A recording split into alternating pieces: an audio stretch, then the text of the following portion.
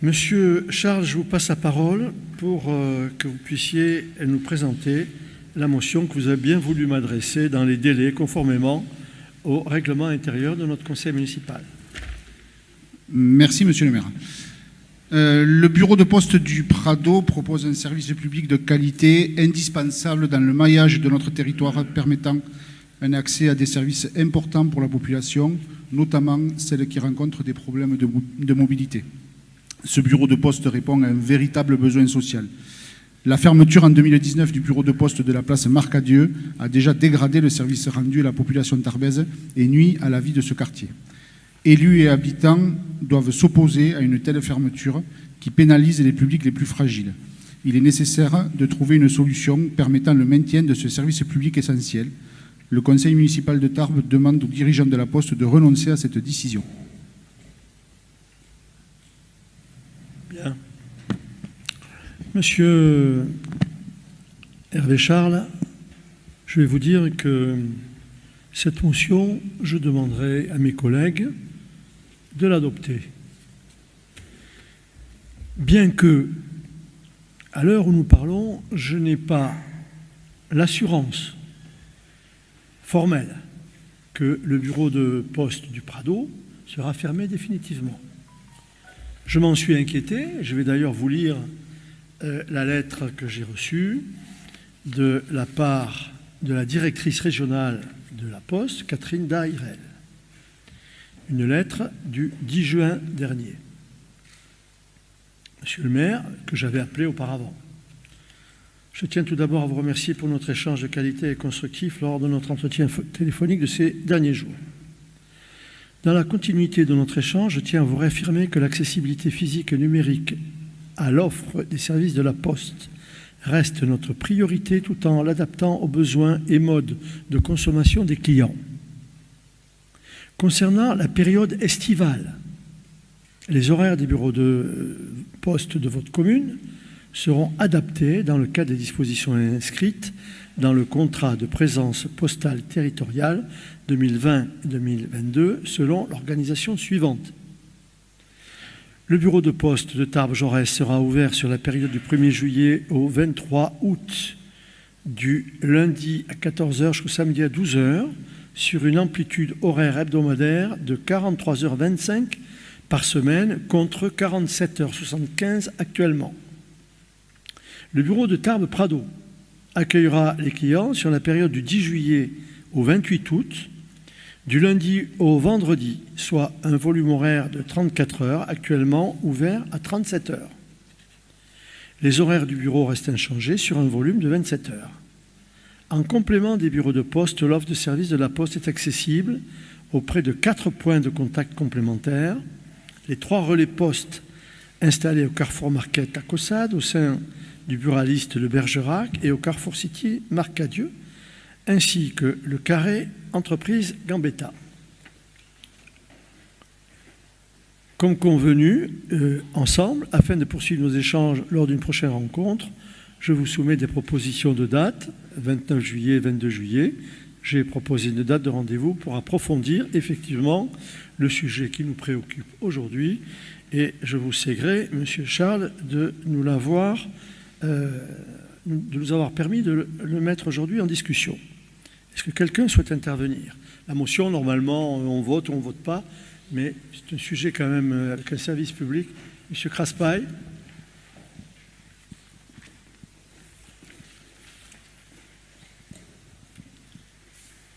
Oui, monsieur le maire, je me permets de prendre la parole sur ce sujet parce qu'il se trouve que je siège à la commission départementale de présence postale et territoriale, où siègent 8 élus, et j'y siège au titre de l'association des maires pour les quartiers en difficulté.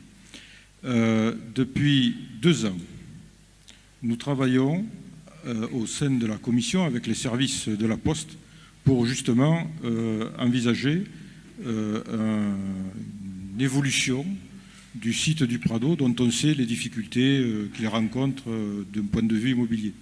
Nous avons travaillé longuement et avec les services de la Poste, nous avions un projet et une idée qui émergeait et qui semblait être une solution à la situation de la Poste du Prado.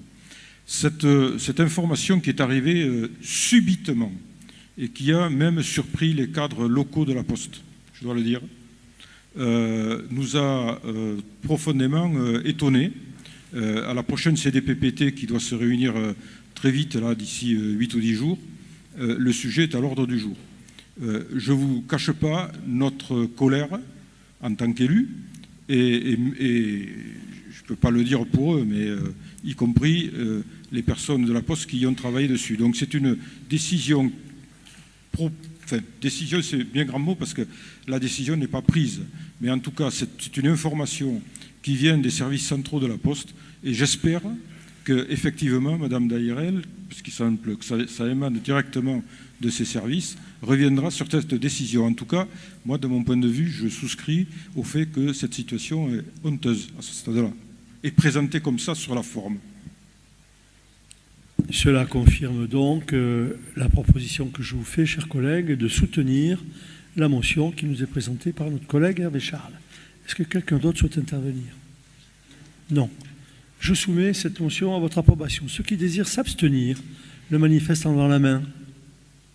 Ceux qui veulent voter contre, elle est adoptée à l'unanimité et ce sera un argument supplémentaire, M. Craspail, pour appuyer, bien évidemment, les demandes de nos concitoyens d'un service public de la Poste digne de ce nom.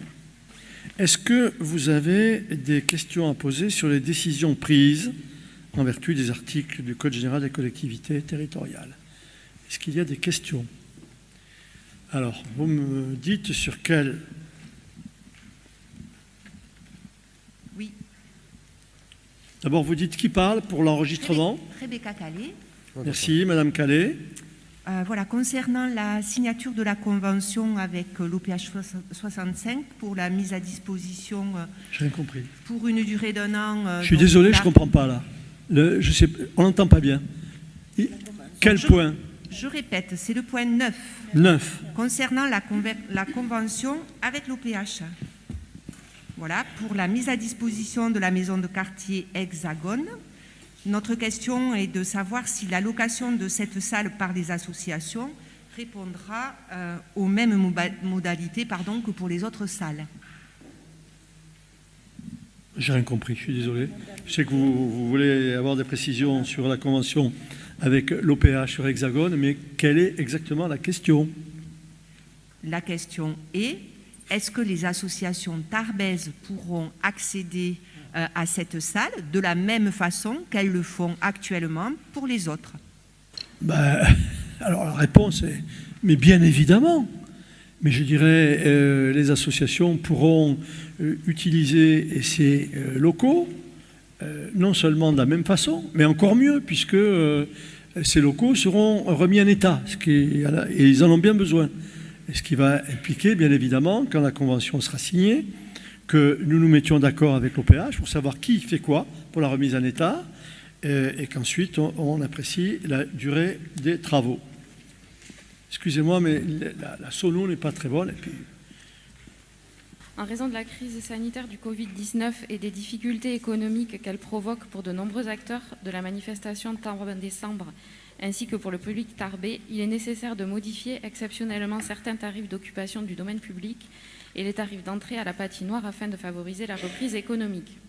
Sur avis favorable de la Commission de développement économique du 26 mai dernier, il est proposé au Conseil municipal d'adopter l'ensemble de ces tarifs pour la manifestation de Tarbes en décembre 2021, conformément au tableau général proposé dans le projet de délibération qui vous a été adressé, d'autoriser Monsieur le maire à signer les conventions et tous les actes utiles.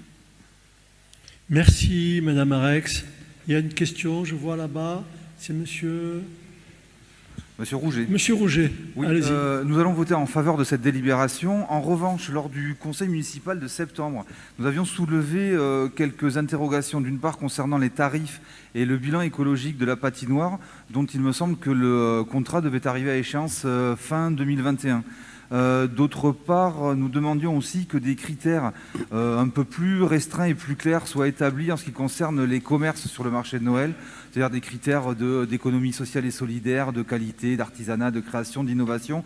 Et nous avions pris comme exemple le travail que peuvent effectuer certains commerces tarbés. Donc, Monsieur Claverie avait déjà pris contact avec Madame Calais à ce propos-là, et on voudrait savoir où ça en est, où en sont les réflexions par rapport à ces questions-là. Merci. Merci, M. Rouget. M. Claverie. Merci, M. Rouget, de cette question. Alors, d'abord, la réorganisation tarifaire que vous avez sous les yeux, il y avait des difficultés à commercialiser les annonces publicitaires, donc ça a été revu. Ensuite, sur le tarif de la patinoire, vous voyez qu'il y a des baisses relativement importantes. Ensuite, sur les chalets, je vais vous parler de la patinoire après, je ne l'oublie pas. Sur les chalets, il y a un nouveau tarif qui a été fait sur les chalets pour pouvoir louer les chalets à la semaine, parce qu'effectivement, comment dirais-je, les activités ESS ainsi que les artisans n'étaient pas en capacité de louer un chalet pendant 5 semaines d'affilée. Ça représentait un tarif important. Et il y a donc un emplacement à la semaine dont le prix a été considérablement réduit dans cet objectif. Ensuite, vous me posez une question au sujet de la patinoire. Alors, ce n'est pas aussi facile que ça. Actuellement, il y a un appel d'offres au sujet de la patinoire qui n'est pas tranché, qui a été lancé et dont nous attendons le retour. Des critères ont été inclus pour limiter l'impact environnemental de la patinoire. Mais les patinoires, de ce que l'on sait, puisqu'on a quand même regardé un peu les choses techniquement, les patinoires qui se font sans glace, elles sont pas les plus vertueuses sur le plan écologique. Donc, je vous en ferai un retour à l'issue de l'appel d'offres pour vous indiquer à la fois les critères qui ont été retenus et l'adjudicataire qui a été retenu dans l'objectif que vous aviez demandé et que nous partageons. D'autoriser Monsieur le maire à signer tout acte utile à cet effet, et notamment une convention d'objectifs ou un avenant. Merci, Madame Lafourcade. Monsieur le maire. Oui. Quelqu'un a appelé? Oui. Madame Calais. Allez-y, on va vous donner le micro. Merci, Monsieur le maire. Notre question concerne la subvention à l'association Ambition Pyrénées, qui anime donc la démarche de projet de territoire. Quelle visibilité et quel bilan de ces actions pouvez-vous donner à cette assemblée et au-delà, aux Tarbaises et aux Tarbais? Merci. C'est une bonne question. Je vais demander au président délégué de cette association de vous dire exactement de quoi il s'agit. C'est une association avec laquelle nous travaillons depuis quelques années maintenant, qui a été fondée à l'initiative du département. Beaucoup d'actions concrètes ont été réalisées. Pour ce qui nous concerne, je vais en citer une qui est très concrète, sur la maison de santé que nous avons ouverte, place du Foirail. Eh bien, c'est Ambition Pyrénées qui nous fournit, si je puis dire, entre guillemets, ou qui nous propose les internes qui louent les appartements qui sont au-dessus du cabinet médical. Et puis, il y a d'autres actions que Gilles va évoquer tout de suite. Monsieur Craspail, je vous en prie. Merci. Merci, Monsieur le maire. Ambition Pyrénées donc, est une association qui est constituée par des personnes morales, à savoir la mairie de Tarbes associée au conseil départemental, aux communautés de communes, toutes les communautés, les 9 communautés de communes, y compris l'agglo, font partie de l'association, les chambres consulaires, toutes les chambres consulaires, et puis un certain nombre d'acteurs complémentaires, qui, avec comme objectif de mettre en œuvre un certain nombre de chantiers qui peuvent évoluer et qui sont définis par les différentes collectivités et institutions, et qui ont pour but justement de coordonner et de développer des actions sur le département. Parmi les chantiers les plus importants, donc Monsieur le maire a évoqué le chantier santé, je ne reviens pas dessus. Le deuxième chantier qui est le plus visible, dont vous avez certainement entendu parler, c'est Happy Saveur, qui développe en lien avec les opérateurs tous confondus, c'est-à-dire et qui est piloté par la Chambre d'agriculture, qui a pour but de développer une marque locale et sur lequel prochainement, je pense, nous organiserons le projet alimentaire territorial. Ensuite, nous avons un chantier développement économique sur le... Alors, il y a un chantier attractivité territoriale qui est piloté par Michel Pellieu, un chantier particulier parce que c'est le chantier Terre de Jeux qui est en lien avec les Jeux Olympiques et qui mène des actions prochainement, une action qui concernera les personnels des collectivités locales et qui évidemment a pour but de promotionner les Jeux Olympiques de Paris et de s'inscrire dans cette dynamique nationale. Un chantier qui est un chantier à objectif de développement territorial et notamment qui, on va dire, englobe la French Tech et les actions qui sont liées autour de ces actions French Tech. Et puis, Monsieur le maire, est-ce que j'ai oublié quelque chose ?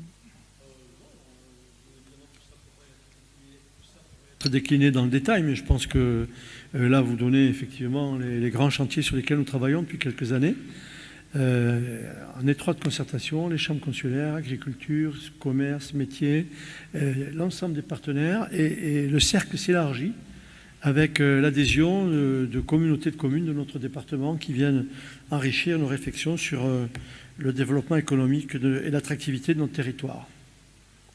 Donc, en tant que coprésident, Gilles et moi, nous ne participerons pas au vote. Est-ce qu'il y a d'autres questions ? Il est proposé au conseil municipal d'autoriser Monsieur le maire à solliciter un nouvel agrément auprès de la direction départementale interministérielle chargée de la cohésion sociale, de fixer le montant de la prestation de subsistance à 7,43% de la rémunération mensuelle afférente à l'indice brut 244 de la fonction publique, d'autoriser Monsieur le maire à signer les contrats d'engagement de service civique avec le volontaire ou son représentant. Merci, Monsieur le rapporteur. Y a-t-il des questions ? Oui. C'est Madame Calais, je vous en prie. Merci, Monsieur le maire. Donc, le service civique est utilisé comme une nouvelle forme d'emploi précaire et sous-payé. D'ailleurs, on parle de prestations de subsistance. Il ne doit pas être un moyen de pallier le manque de moyens et le sous-effectif.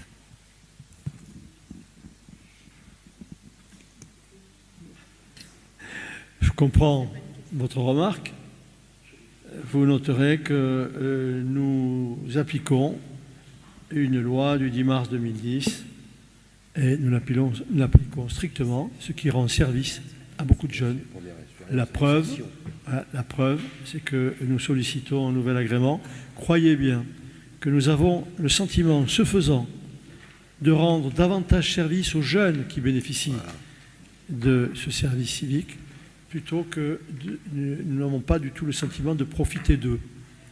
Donc je comprends votre remarque, elle peut être légitime, mais en l'occurrence, nous appliquons la loi et nous permettons à des jeunes d'exercer, de faire les premiers pas dans un début de vie professionnelle, ce qui leur ouvre ensuite parfois des opportunités, ce qui a été le cas pour certains, que nous avons ainsi découvert. Y a-t-il d'autres questions ? Il est proposé au conseil municipal d'adopter la tarification des produits présentés dans le projet de délibération qui vous a été adressé et de vous autoriser, Monsieur le maire ou votre représentant, à signer tout acte utile à cet effet. Merci, Madame Nouvrère. Question ? Monsieur, je vous en prie, Monsieur Rouget. Oui, dans le même sens que la remarque concernant le marché de Noël, nous souhaiterions qu'il y ait un soin particulier qui soit porté à la qualité, à la provenance des produits qui sont proposés. Ça nous paraît très important, qu'il y ait des produits intéressants qui participent au rayonnement de la ville, mais que ce soit les mugs, les parapluies, les tote bags ou le reste, on pourrait apporter un soin particulier à la manière dont c'est fabriqué et au lieu de production. Donc on aimerait bien avoir des informations par rapport à ça, et éventuellement des ajustements. Voilà. D'accord. On va veiller à ce que les parapluies ne soient pas fabriqués en Chine. Y a-t-il d'autres questions ? Il pleut jamais là-bas. Pas d'opposition, pas d'abstention, proposition adoptée. Ces tarifs seront révisés annuellement sur avis favorable de la Commission administration générale finances du 21 juin 2021. Il est proposé au Conseil municipal d'adopter la tarification proposée ci-dessus dans le projet de délibération et d'autoriser Monsieur le maire à signer tout acte utile à cet effet. Merci, M. Craspaille. Avez-vous des questions? M. Rouget? Gilles, écoute. Oui, une remarque. Nous nous étonnons que cette délibération n'ait pas été traitée plutôt en commission éducation, mais il se trouve effectivement qu'elle ne s'est tenue qu'une seule fois, la commission éducation, depuis 1 an. Donc c'est un peu dommage. Pour autant, on va voter pour. M. Craspaille, je vous laisse le soin de répondre. Oui, le choix qui a été fait, c'est effectivement de passer cette délibération en commission des finances, tout simplement parce qu'il n'y avait pas véritablement de substance pour réunir la commission éducation. Si je peux vous rassurer, il y a au moins une certitude, c'est qu'elle sera réunie à la rentrée, parce que pour les rentrées scolaires, on la réunit systématiquement.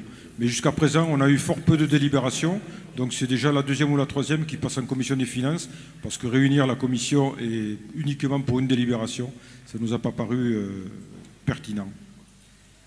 Merci beaucoup. Merci pour la question et merci pour la réponse, parce que la question était intéressante aussi quand même, il faut le reconnaître. Y a-t-il d'autres questions? Non?